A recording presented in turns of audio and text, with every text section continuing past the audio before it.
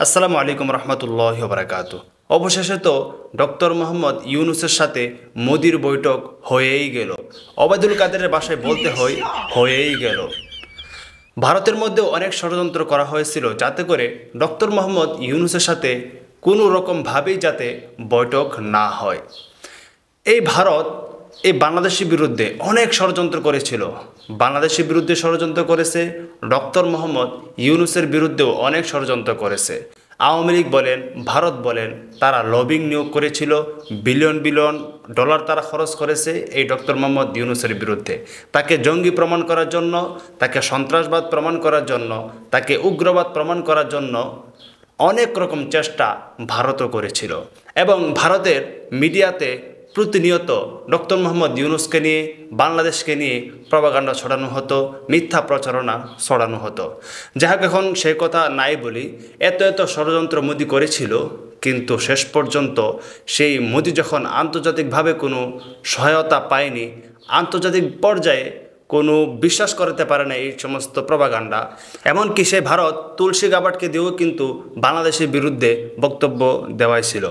এমনকি সে ভারত বাংলাদেশের সংখ্যালঘুদেরকে নিয়ে বড় একটি গেম খেলার চেষ্টা করেছিল, যার মধ্যে অন্যতম নায়ক ছিল চিন্ময় কুমার দাস। তো যাই হোক, এখন সব কিছু ছাপিয়ে নতুন যে সম্পর্ক তৈরি হয়েছে বাংলাদেশ এবং ইন্ডিয়ার মধ্যে, সেটা হলো যে নরেন্দ্র মোদির সাথে বৈঠকটা হয়ে গেছে অবশেষে। এখন আপার কি জ্বলবে ভিতরে ভিতরে।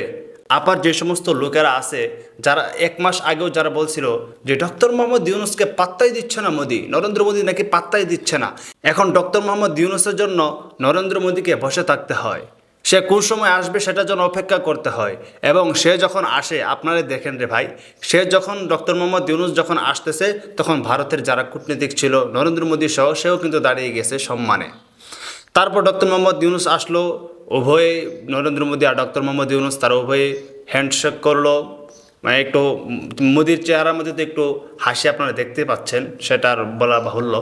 তো নরেন্দ্র মোদি কিন্তু অত্যন্ত খুশি ডক্টর মোহাম্মদ ইউনূসের সাথে দেখা করে। এবং যেই খুশিটা হয়েছে নরেন্দ্র মোদি, ঠিক তার থেকেও বেশি দুঃখ পেয়েছে আমার পলাতক লীগের ভাইয়েরা, আমার সে আপার দলের লোকেরা, যারা এতদিন পর্যন্ত মিথ্যা প্রপাগান্ডা ছড়িয়ে যাচ্ছিল। এখন কি করবে রে ভাই? ডক্টর মোহাম্মদ ইউনূস সে যখন নাকি বৈঠক করতে আসে, তখন কিন্তু দাঁড়িয়ে সম্মান দেখাইছিল মোদি। আজকে সেম এই ঘটনাটা যদি উল্টো করতো, অর্থাৎ যদি সেখানে ডক্টর মোহাম্মদ ইউনূস অপেক্ষা করতো, তাহলে কিন্তু ভারতীয় মিডিয়ায় তোলপাড় সৃষ্টি হয়ে যেত, কত রকম কিচ্ছা কাহিনী বানাইতো। এবং শুধু এটা না, বাংলাদেশে যে পলাতক লীগের যে সদস্য যারা আছে, তারাও এই নিয়ে কত ঠাট্টা, কত মস্কারা, কত না জানি কত কিছু করত।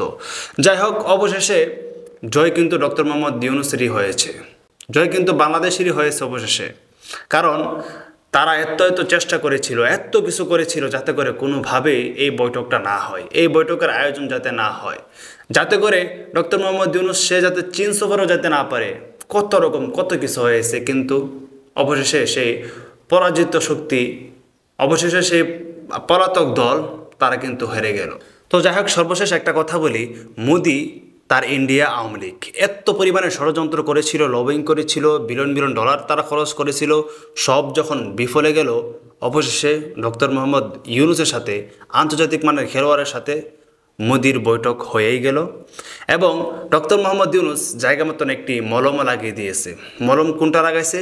সেটা হলো 2015 সালে ইন্ডিয়ার একটা অনুষ্ঠানে নরেন্দ্র মোদি ডক্টর মোহাম্মদ ইউনূসকে স্বর্ণপদক দিয়েছিল। সেই স্বর্ণপদকের ছবিটা আবার আজকে নরেন্দ্র মোদিকে উপহার হিসেবে দিয়েছে হলো ডক্টর মোহাম্মদ ইউনূস, জায়গা মতো মলম মেরে দিয়েছে। এটা আমাদেরকে বলতেই হবে, কারণ তার মাথাটাই হলো ইন্টারন্যাশনাল মাথা। তো যাই হোক, বেশি কথা না বলি, তবে এখন দেখার বিষয় সেটা হলো যে আপার দলের লোকেরা সর্বশেষ কোন বিষয় নিয়ে ষড়যন্ত্র করে, আবার এর মধ্যে আবার খুঁটিনাটি কোন কোন বিষয় নিয়ে কোন কোন বিষয় বের করে, এটা এখন দেখার অপেক্ষায় আছি। তো যাই হোক, সবাই ভালো থাকবেন, সুস্থ থাকবেন, এবং আপার দলের লোক যারা আছে তাদের খোঁজ খবর নেবেন, আসলে বর্তমানে তারা কোন পর্যায়ে আছে।